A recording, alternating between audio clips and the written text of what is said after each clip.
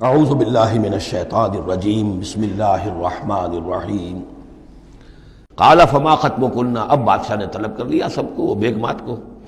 اذ راوتن ما خطبکن اذ راوتن یوسف عن نفسہ، کیا معاملہ تھا تم لوگوں کا، کیا حقیقت تھی اس کی جبکہ تم نے یوسف کو چاہا، تم سب نے چاہا کہ اسے تم پھسلا دو اور اسے تم گناہ پر آمادہ کرو۔ قلنا حاشا للہ ما علمنا علیہ من سوء، ان سب نے کہا کہ اللہ گواہ ہے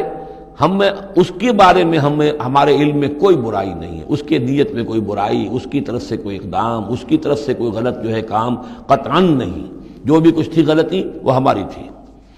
قالت امرأۃ العزیز، اب وہ اس امرأۃ العزیز نے بھی، جس کا نام زلیخا مشہور ہے، اس نے بھی کہا الآن حسس الحق، اب تو حق واضح ہو گیا، وہ جو بھی کچھ تھا اس کا پردہ چاک ہو گیا۔ انا راوتہ عن نفسہ، میں نے ہی اصل میں اس کو پھسلانا چاہا تھا، میں نے ہی اسے گناہ پر آمادہ کرنا چاہا تھا، وانہ لمن الصادقین، اور وہ بالکل سچا ہے، اس نے کوئی غلط بیانی نہیں کی ہے۔ ذالک لیعلم، یہ جملہ جو ہے اس کے بارے میں بہت سے اقوال ہیں کہ یہ کس کا قول ہے۔ ایک قول یہ ہے کہ یہ زلیخا ہی کا کلام ابھی چل رہا ہے، یہ اس لیے کہ وہ جس کو معلوم ہو جائے، یعنی حضرت یوسف علیہ السلام کو، انی لم اخنہ بالغیب، کیونکہ حضرت یوسف اس وقت وہاں موجود نہیں تھے، ان کی غیر موجودگی میں اس نے اپنے گناہ کا اقرار کیا ہے کہ میں نے اس کے ساتھ خیانت نہیں کی ہے۔ اب بھی ہو سکتا تھا کہ وہ پھر کوئی بکواس کرتی اور غلط بات کہتی، لیکن نہیں، لم اخنہ بالغیب، تاکہ یوسف کے علم میں یہ بات آ جائے کہ میں نے یہاں اس کی غیر موجودگی میں کوئی خیانت نہیں کی ہے۔ وَأَنَّ اللَّهَ لَا يَهْدِي كَيْدَ الْخَائِنِينَ، اور یقیناً اللہ تعالیٰ جو ہے خیانت کرنے والوں کی چال کو کامیاب نہیں کرتا۔ وما ابرئ نفسی، اور یہ کہ میں اپنے آپ کو کوئی بہت یہ نہیں سمجھتی کہ میں مجھ سے گناہ سرزد نہیں ہو سکتا، میں اپنے نفس کو بری نہیں کہتی۔ ان النفس لامارۃ بالسوء، نفس جو ہے انسان کا وہ تو بدی کا حکم دیتا ہی ہے، الا ما رحم ربی، سوائے اس کے کہ جس پر اللہ کا رحم ہو گیا ہو۔ ان ربی غفور الرحیم، یقیناً میرا رب جو ہے بہت غفور الرحیم ہے۔ ایک تو یہ ترجمہ ہے اس رائے کے مطابق کہ یہ سارا کلام جو ہے اسی زلیخا کا ہے۔ اصل میں اسی اعتبار سے ہمارے ہاں وہ جو قصہ گو ہیں، یوسف زلیخا کے قصے ہیں، ان میں تو پھر مائی زلیخا کو بہت ولی اللہ بنا دیا گیا ہے، اور کوئی ایسی بات بھی نہیں ہو سکتا ہے کہ اس پورے دوران میں وہ عشق مجازی جو ہے اس کا وہ عشق حقیقی میں تبدیل ہو چکا ہو اور حقیقتاً ہدایت پر آ گئی ہو، اور جیسا اگر یہ کلام اسی کا ہے، جیسے کہ بہت سے لوگ جو ہے مانتے ہیں ہمارے مفسرین میں سے، اسی کا کلام ہے۔ اب وہ اللہ کا ذکر جس طرح کر رہی ہے، میں نے اب جو ہے اس پر صحیح بات کہہ دی ہے، اللہ خائنوں کی بات کو راہیاب نہیں کرتا، اور میں اپنے نفس کو بری نہیں کہتی، یقیناً نفس جو ہے وہ تو انسان کو بدی کا حکم دیتا ہی ہے، الا ما رحم ربی۔ ایک رائے یہ ہے کہ اس کا قول تو ختم ہو گیا، انا راوتہ عن نفسہ وانہ لمن الصادقین۔ اس کے بعد یہ قول حضرت یوسف کا ہے کہ میں نے یہ کیوں چاہا، میں نے یہ چاہا کہ میری صفائی ہو جائے اور یہ سارا معاملہ کھل جائے۔ میں یہ نہیں چاہتا تھا کسی اور کی بے عزتی ہو، کسی اور کی عزت کے پردے چاک ہوں، لیکن یہ ضرور میں چاہتا تھا کہ وہ عزیز مصر یہ جان لیتا کہ میں نے کوئی خیانت نہیں کی ہے اس کے معاملے کے اندر، اور اس کے گھر میں اور اس کی عزت پر یا کسی اور کی عزت پر میں نے کبھی کوئی بری نگاہ نہیں ڈالی ہے، اور اللہ تعالیٰ خائنوں کو راہیاب نہیں کرتا۔ باقی میں خود بھی، چاہے اللہ انسان نبی بھی ہو، لیکن یہ کہ نفس جو ہے، جیسا کہ حضور فرماتے ہیں کہ اوصیکم و نفسی بتقوی اللہ، میں تم لوگوں کو بھی حکم دیتا ہوں کہ اللہ کا تقوی اختیار کرو، اپنے نفس کو بھی حکم دیتا ہوں۔ تو حضرت یوسف کا بھی یہ قول ہو سکتا ہے کہ میں بھی اپنے نفس کو بری نہیں سمجھتا، میں یہ نہیں سمجھتا، ہو سکتا ہے اللہ تعالیٰ کی طرف سے خصوصی حفاظت میری نہ ہوتی تو میں کسی غلط حرکت میں مبتلا ہو ہی جاتا۔ وما ابرئ نفسی ان النفس لامارۃ بالسوء، نفس تو یقیناً حکم دینے والا ہے بدی کا، الا ما رحم ربی، سوائے اس کے جو اللہ فیصلہ کر دے اور رحم فرمائے۔ ان ربی غفور الرحیم۔ وقال الملک ائتونی بہ، اب بادشاہ نے فیصلہ کن انداز میں کہا ٹھیک ہے اب اس کو لے آؤ میرے پاس، استخلصہ لنفسی، اسے تو میں اپنا خاص مصاحب بنا لوں گا۔ بادشاہوں کے مصاحبین خصوصی ہوتے تھے جو بہت وقت ان کے ساتھ گزارتے تھے، ان کے ساتھ ہی قریب رہتے ہوں۔ فلما کلمہ، تو اب جب حضرت یوسف آ گئے دربار میں اور بادشاہ نے بات کی ان سے، قال انک اليوم لدینا مکین امین، تو بادشاہ نے کہا کہ آج کے دن سے آپ ہمارے پاس جو ہوں گے بڑی عزت والے اور معتبر انسان ہوں گے، اب آپ کی حیثیت جو ہے بہت اونچی ہوگی اس معاشرے کے اندر،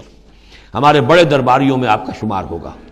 قال اجعلنی علی خزائن الارض، ادھر حضرت یوسف کو یہ خیال تھا کہ بہت بڑی جو ہے مصیبت اس قوم کے اوپر آنے والی ہے، تو اس کے لیے انہوں نے فوری طور پر جو مطالبہ کیا وہ یہ تھا کہ مجھے زمین کے خزانوں پر مقرر کر دو،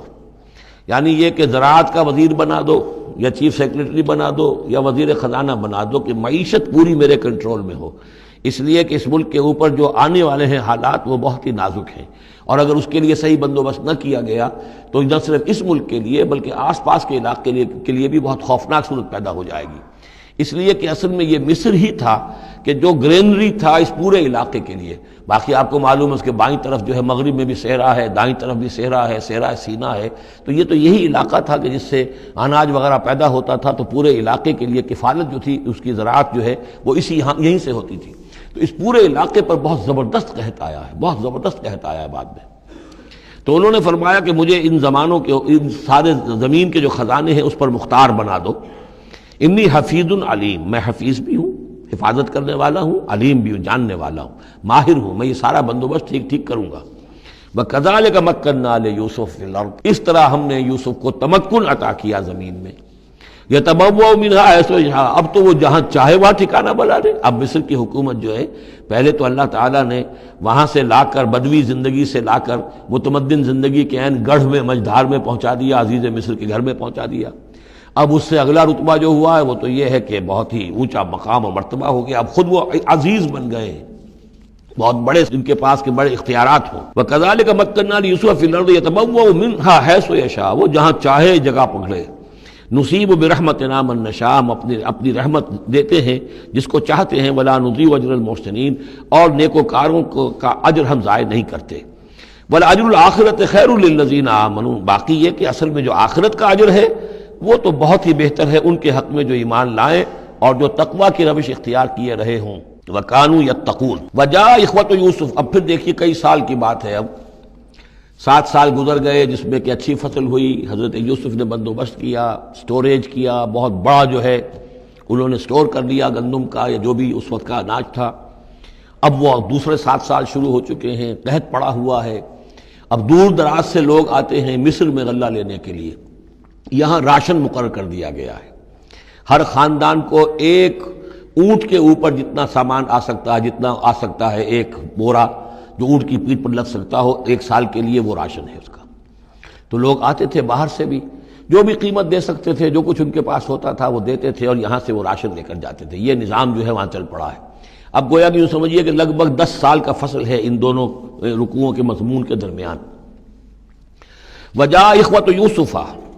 اب یہ مشرقی کی طرف سے اب یہ یوسف، حضرت یوسف کے جو بھائی ہیں وہ بھی آئے ہیں، اور ان میں سے 10 آئے ہیں، 11واں نہیں آیا۔ 11واں جو چھوٹا تھا، اب حضرت یوسف کا جو حقیقی بھائی تھا اسے حضرت یعقوب اپنے سینے سے لگائے ہوئے ہیں، اور اس کے مارے میں قتل کسی طرح کا بھی وہ رسک لینے کو تیار نہیں ہے، کہیں جانے نہیں دیتے، ہر وقت اسے اپنے پاس رکھا ہوا ہے۔ وجاء اخوۃ یوسف فدخلوا علیہ، آئے بھائی حضرت یوسف کے اور داخل ہوئے ان کے ہاں، پیش ہوئے۔ فعرفہم، اس نے تو پہچان لیا ان کو، وہم لہ منکرون، لیکن وہ اسے نہیں پہچان پائے۔ کیا اندازہ ہو سکتا تھا کہ یوسف ہے، عزیز مصر بنا بیٹھا ہے یہاں، جس کے دربار میں ہماری اب یہاں پیشی ہو رہی ہے۔ ولما جہزہم بجہازہم، پھر جب ان کا سامان ان کے حوالے انہوں نے کر دیا، تیار کر دیا ان کا اسباب، قال ائتونی بأخ لکم،